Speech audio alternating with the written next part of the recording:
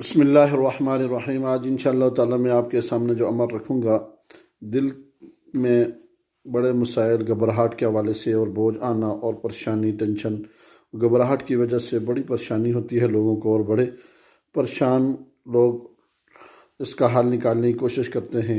تو اس کے لیے میں آج جو عمل بتا رہا ہوں، المؤمن آپ نے پڑھنا ہے، اور کتنی دفعہ پڑھنا ہے؟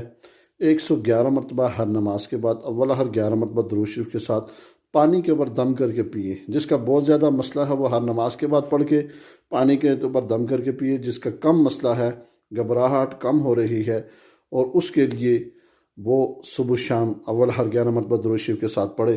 انشاءاللہ تعالیٰ جو دل کی گھبراہٹ ہے، دل میں پریشانی ہے، دل میں ٹینشن بنی ہوتی ہے دماغ کے اوپر، جس کی وجہ سے اکثر لوگوں کا ہارٹ اٹیک کا مسئلہ ہو جاتا ہے، انشاءاللہ تعالیٰ وہ عمل کریں گے تو ان کو فائدہ ہوگا۔